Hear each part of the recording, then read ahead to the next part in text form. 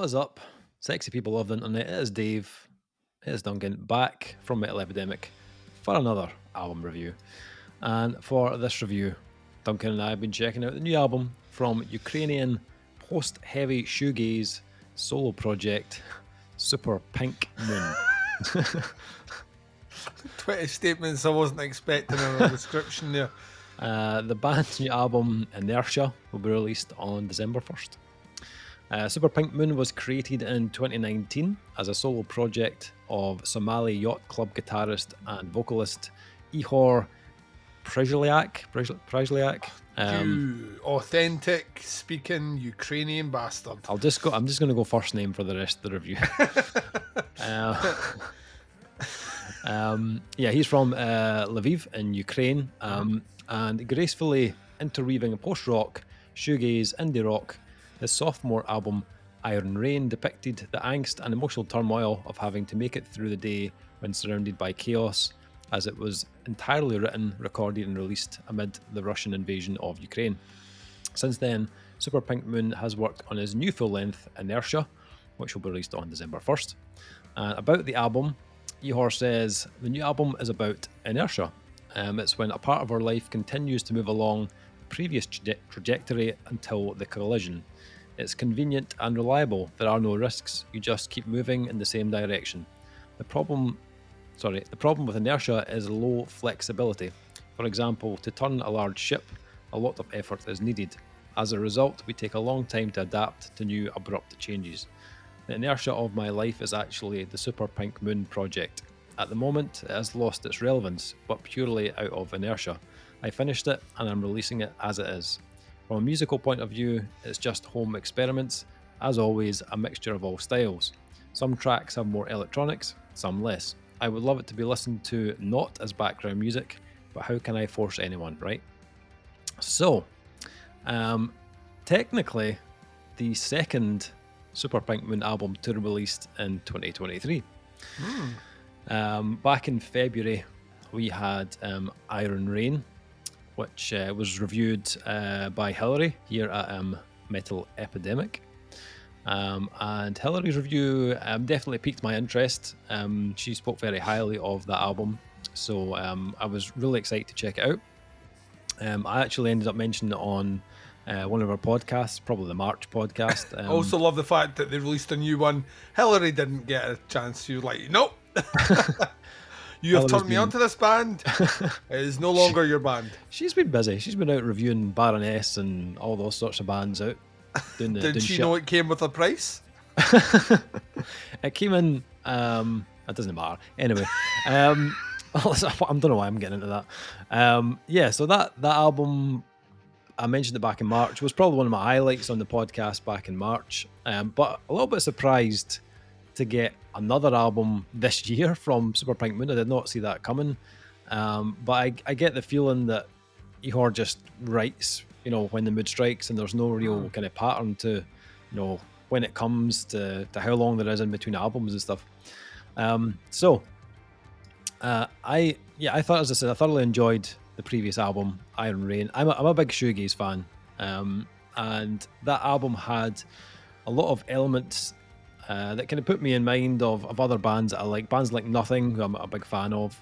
It's a very dreamy, a very soaked in a kind of indie kind of fuzziness, very hugely atmospheric, a little doomy as well at times. But you could hear, although it's quite a kind of light and airy sound, it had some kind of quite dark passages, which kind of reflected that kind of time that Ihor was writing the album. But it's an album with an incredible flow to it, a very immersive release. The new album, Inertia, is a touch longer, so we're 11 tracks on this one, about 44 minutes in length. And definitely an interesting one. This was a totally different listening experience from Iron Rain. Ihor said that he'd love this album to be listened to not as background music, and he's definitely accomplished that, in my opinion. The tone and delivery of Iron Rain, to me, was almost more of a kind of background album, not in a negative way, but just an album that you kind of sink into and kind of get lost in. The tracks on Inertia are slightly less shoegazy than the tracks on Iron Rain, although there's still a part of this album sound that resides in that style. But overall, this is far more varied in style than the previous album. The opening track, which is called Eventually, it's very, very proggy in the guitar work, but in a very kind of like clean way. It kind of reminded me of Tesseract's kind of cleaner kind of fretwork, but mixed in with a kind of Jesu styled kind of chord progression, and that Jesu reference. It's not the only time you'll hear that throughout the album. There's quite a lot of little motifs and little elements that kind of reminded me of Mr. Justin Broderick's work. I'm a big fan of. But as much as the album kind of starts with a kind of heavily dreamy progressive style, as the press release kind of alluded to, this album doesn't continue to sit within the same style for the whole album. You've got tracks like God Eater, which has this kind of elder meets almost like a kind of 90s indie kind of feel to it. Yep. Or a track like Lost, which dives into a kind of doomy kind of shoegaze style, again very Jesu-esque. Probably one of my favorites from a kind of vocal point of view. I love the kind of layers on that track, and the kind of big build up towards the end. Very kind of like rewarding kind of climax at the end of the track. And then you get tracks like Slave King, which come right out of the gate, blackened chords, there's blast beats, but you've got this kind of like post-rock style kind of lead work underneath. But that then kind of maneuvers that track into something a bit more kind of 90s alternative, almost kind of indie grunge in there as well. I was like getting like a little like a teenage wrists with quicksand kind of mixed together. It was an interesting kind of selection of styles and kind of influences. Then you've got like tracks like the Apex, where the album goes into a kind of full kind of Godflesh mode, really ramps up the industrial elements. But where I thought he was maybe going to stay with that style for the whole track, he didn't. Actually goes into a more kind of melodic territory with one of the kind of more hooky choruses on the album as well. And then the closing track, Fear Night, gives you one of the kind of heavier moments of the album where the guitars are a bit crunchier. It's a bit more riffy, kind of more like the opening track, but it also has some really cool electronic meets industrial kind of drums that open and close the track as well. So when I kind of finished my first listen of the album, I found there's quite a lot to kind of dissect on it. Definitely a lot more assorted in style to the previous album, and as I said, a different kind of listening experience. It wasn't as intimate, I'd say, as Iron Rain, but far more detail in the structure and the arrangements to kind of think about on this album. I felt like when I heard Iron Rain, I was kind of pretty instant with it. I liked it straight away. I knew what type of album I was getting. With Inertia, I was maybe 2, maybe 3 listens before I was like becoming familiar with it, following the kind of narrative of the different styles. And then like through time, it started to kind of permeate a bit more. It's maybe not as flowing as Iron Rain was, but I kind of feel like that's on purpose. And I don't dislike it because of that. I actually quite like the stylistic changes throughout the album. Even though they do, jump to some, quite extreme in places, but I felt like he still did a good job of keeping the tracks connected, which I think is probably down to his playing style. Even when he kind of veers into a different genre, you can still tell it's Ihor that's behind it. And I love that. I think his personality is all over this one. Another enjoyable album from the band. I think I liked that it wasn't completely predictable. The tracks were kind of unique enough for the album to have little kind of standout moments. And like a lot of like shoegaze or post-rock albums, the lead work and that kind of wide range of different textures and layers are really captivating to listen to. But this has some really catchy moments too. That kind of indie like shoegaze vocal style does provide a handful of good hooks throughout the album.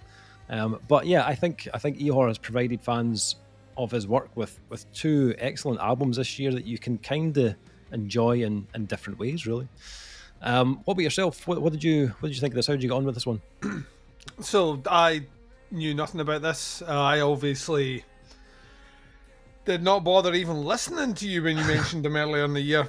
Not surprised, Duncan. Not That's surprised. not happening there, Dave. I've got enough albums to listen to without you bringing more to the table. Get off my table. Clean my table. So there's a lot going on, Yeah. but it's like an ice cream sundae, Oh, right? I love a wee Where food like you're analogy. just cutting through layer and layer of like tasty different flavors of ice cream, and you kind of don't want it to end. Like, I mean, you're like, I'm just going to gorge myself and become a fat bastard eating this. What I found most interesting about this one, to be honest, you've hit on a couple of the things that kind of stood out to me and grabbed me. Like when eventually kicked in the first track, my instant gut reaction was, "Oh, Dave's picked another prog album to close out the year." Yeah. That's kind of cool because we listened to a lot more of that earlier in the year with releases, so this could be cool. And I was in. I was really enjoying it. And then, like, the album never really fully revisits that after that. I think it's probably to its best that it doesn't. I get the feeling from a prog perspective, he probably is showing, maybe not all his cards, but showing a great deal of his understanding of that particular genre, how it sims and the composition. That whole album of that, in a year where I've had, absolutely phenomenal prog albums, it probably wouldn't have lasted like a couple of listens, and I would have put it away. But as an opener, it really captivates you. It's really smart. The journeys he takes you from that point onward are absolutely incredible. Tons of really interesting synth work in this, like genuinely very smart synth work. Whether it is purely used for lifting verse segments or giving like a boost to choruses, but there's a lot of work in actually propelling and driving the momentum of the tracks, which I really enjoyed. So it's all the small attentions to detail in those synth parts that actually made them not just like now that you've explained it's one guy, it makes a bit more sense. To me, a synth player that's in a band does his part of the band. Yeah. Someone who's not necessarily a composer who writes music for everyone fills in all the gaps. And that's the difference, because it's one person's vision, and as a result you get all the gaps filled in by that one person. It's like, oh, it needs that bit there, there's a space here, I need to do something there. Whereas a band, you're not always conscious of that. A producer will help. A producer might say this bit's a bit thin, could we maybe change something, could we maybe double up those sections, could we bring in something else.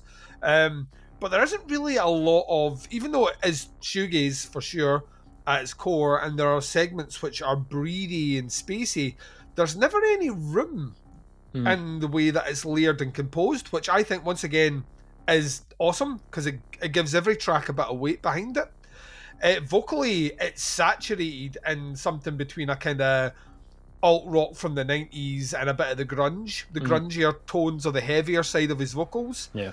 But I was getting tons of like alternative bands from the 90s, kind of predominantly through his vocal style. The production and use of reverb on that as well really helps. That kind of shoegazy production on it really works.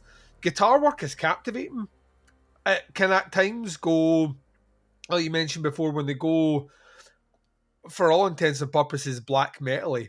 And then what that comes out into is something almost like, and I've been listening to a lot of Candiria recently for something else we're going to be doing, and it reminded me a bit of that. It was a bit of kind of like a kind of post-rock jazzy sort of feel that switches in like right off the back of that in the best possible way. But then the track never, like, it's not just like a gimmick to open the track. It loops back and uses those elements later. But it's like clean black metal. The guitar tone isn't snarly and hissy or anything like that. I reminded her, like, we recently interviewed the guys from Unprocessed, and you were talking about that song Thrash. You were basically saying to him, like, what you like that? Like, how do you? And he was like that. Well, it's basically Slayer, but just on a clean tone. And that's what they kind of reminded. It's like basically black metal if the guitar sounded nice. So, like, those elements are really cool. I think he's very smart in using smaller instrumental tracks to lead into bigger parts. Mm-hmm. But the genius of it is that the smaller instrumental tracks are not a precursor to the style you're getting, but still somehow work. Mm-hmm. It's really bizarre. It shouldn't. Like, generally, if you're doing a small lead into something, what should happen is you get to a point where you hear, right, it's like 30 seconds before a 5-minute track, and we're going to set up the parts that's going to go in. And in this one, he actually crafts 50-second songs, and then the next track that comes in goes off in a different direction, not calling back to that. It's a ballsy move, but it really works. And the fact he does it more than once on it is just, it speaks to the guy being kind of full of ideas. I don't think there's one particular style or one use of anything that he does here that I actually disliked. And actually, the album on repeat listens did grow on me more and more, even though I was pretty much in after the end of the first listen. A very, very, very talented composer. I was coming in here full of praise for a band, because I just assumed this was a band. I was going to say that they sound like they've got years behind them, because it just felt very confidently put together, which, like I mentioned before, and want to kind of lean back into, does make sense now that you've mentioned it's one person. It's a confidence in, especially if that person's involved with other projects, there's a confidence in that. Overall, I think it is a really compelling, really deep, and very immersive listen. I kind of join them on the mission statement. I don't think this is an album that has benefited without attention being paid to it. It's at that point that all the small details and all the nuance shine. I think if it was just background music, you would miss out on a lot of that, and it would sound almost interchangeable with a lot of other artists. Yeah, this was a surprise one for me. I'd obviously never heard of the artist before. I didn't know if this was they've got 17 albums out, but they're finally making their way to Metal Epidemic. Yeah, very, very, very compelling. It does give me an interest to go and check the previous album from this year, now that I'm aware of it, because no one was talking about it. And go and check to see what that's like, and see how this plays as a companion piece. If there is 6 months between the two, it'd be interesting to see if there's a response in the music writing here to the original one, or if they were all written about the same time and he's just taken that, I've got so much material, I'll put one lot out at the beginning of the year, one lot at the end of the year. He's on the radar for me 100%. A lot of this is just, it's just really satisfying to listen to, from a musician's point of view, listening to it, but also from someone that just appreciates good music. So yeah, really enjoyed this. Nice. Okay, so scores for the new Super Pink Moon album. Interestingly, I think had he not had an album out earlier in this year, I may have scored this higher, but I feel like I'm kind of comparing it to what he's already released this year. Both very good albums. I think my go-to would still be Iron Rain. I still prefer that kind of style and that kind of immersive kind of sounding album. That being said, thoroughly enjoyed this. Still very easy to listen to, and more variety on offer here than his previous release, but which might take a few more listens to kind of fully appreciate. But it is one of those albums that is more fulfilling the more you kind of go back to it. And I enjoyed the risks that he took on this. I'm not against him kind of continue to explore that further, on future releases. But overall, I'd probably go 4 out of 5 on this one. Still thoroughly enjoyable. But out of the two, I think Iron Rain still is my preference. What about yourself? Oh yeah, this is a 4 for me. Yeah, thoroughly enjoyed this. Thought it's just full of ideas and really, really, really good songwriting. Yeah. It is coming out in a very busy year where we've had incredible stuff now, and as a result, it's making me maybe be slightly harsher on my grades towards the end of the year. But I am currently in the process of listening to all the heavy hitters of this year just now, and it is making me realise that we have been spoiled for choice this year. But for a guy that's already dropped an album this year, a 4-star album, I'd be taking that. Yeah. So that is Super Pink Moon, Inertia, out on December 1st. Links below to the band, to the pre-order. Check it out, have a listen, let us know what you think. That is the review. Thank you for checking out. We'll be back with another review very soon, but until then, take care. Speak to you soon. Bye, everyone. Oh, there it's here.